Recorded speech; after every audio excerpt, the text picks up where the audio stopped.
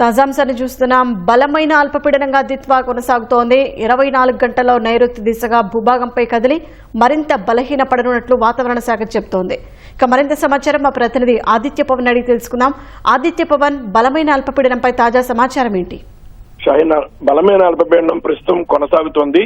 ఇది దిత్వా తుఫాను యొక్క అవశేషంగా భావించాలి. దిత్వా తుఫాను ఇప్పటి వరకు కూడా తీర ప్రాంతంలోనే సమాంతరంగా కదిలింది. సమాంతరంగా కదిలినటువంటి ఈ దిత్వా తుఫాను నుంచి తీవ్రవాయుగుండంగాను, తీవ్రవాయుగుండం నుంచి వాయుగుండంగాను ప్రస్తుతం బలమైన అల్పపీడనం, సుస్పష్ట అల్పపీడనంగా కొనసాగుతోంది. ఇది తమిళనాడు, పుదుచ్చేరి, దక్షిణ కోస్తా తీర సమీపంలో కొనసాగుతోంది. అయితే ఇది రాగల 24 గంటల్లో నైరుతి దిశగా కదిలి భూభాగం మీదకు వచ్చేటువంటి అవకాశం ఉంది. అల్పపీడనంగా కొనసాగుతుంది. అల్పపీడనంగా మరో 12 గంటలు దీని ప్రభావం కొనసాగే అవకాశం ఉంది. ఈ ప్రభావంలో ముఖ్యంగా దక్షిణ కోస్తా ప్రాంతంలో ఫ్లాష్ ఫ్లడ్ అలర్ట్ జారీ చేశారు. ఆకస్మిక వరదల హెచ్చరికను ఇప్పుడే భారత వాతావరణ శాఖ ఇచ్చింది.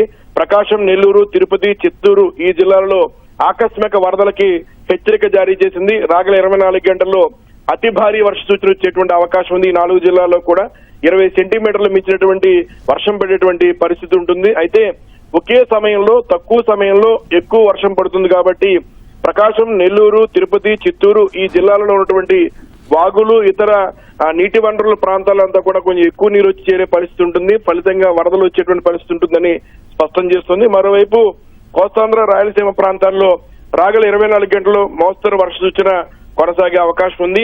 ముఖ్యంగా ఈ ప్రభావం తమిళనాడు మీద చాలా బలమైనటువంటి ప్రభావం చూపిస్తోంది. తమిళనాడులో భారీ వర్షాలు నమోదవుతున్నాయి. భారీ వర్షాలు పడే అవకాశం కూడా ఉంది. పుదుచ్చేరి, మహాబలిపురం, కాంచీపురం, చెంగల్పట్టు ఈ 4 జిల్లాలకు కూడా బలమైన ప్రభావం ఉంది. అతి భారీ వర్షాలు పడేటువంటి అవకాశం ఉంది. ముఖ్యంగా కోస్తాంధ్ర ప్రాంతంలో ఉన్నటువంటి మత్స్యకారులు వేటకి వెళ్లవద్దని ఇప్పటికే వాతావరణ శాఖ అధికారులు హెచ్చరిక జారీ చేశారు. పోర్టుల్లో ప్రమాద హెచ్చరికలు కొనసాగుతున్నాయి. దక్షిణ కోస్తా పోర్టుల్లో 3వ ప్రమాద హెచ్చరిక, ఉత్తర కోస్తా సంబంధించినటువంటి ప్రాంతంలో కాకినాడ, గంగవరం మాత్రం 2వ ప్రమాద హెచ్చరిక, అలాగే ఉత్తర కోస్తాలో ఉన్నటువంటి పోర్టుల్లో 1వ ప్రమాద హెచ్చరిక కొనసాగుతోంది. దిత్వా తుఫాను యొక్క అవశేషం ఇంకా పూర్తిగా బలహీన పడలేదు కాబట్టి దాని ప్రభావాన్ని ఇంకా కొనసాగిస్తోంది. అయితే ఇప్పుడు దిత్వా తుఫాను సంబంధించిన అవశేషం యొక్క మేఘ సమూహాలు భూభాగం మీదకి వస్తున్నాయి కాబట్టి రాగల 24 గంటలు కూడా ఈ వర్షాలు కొనసాగే అవకాశం ఉంది. ముఖ్యంగా దక్షిణ కోస్తా, తమిళనాడు, కేరళ ప్రయాణం చేసేటువంటి ప్రయాణికులు అప్రమత్తంగా ఉండాలనే అంశాన్ని వాతావరణ అధ్యయన నిపుణులు స్పష్టం చేస్తున్నారు. షాహీన్, ధన్యవాదాలు ఆదిత్య పవన్.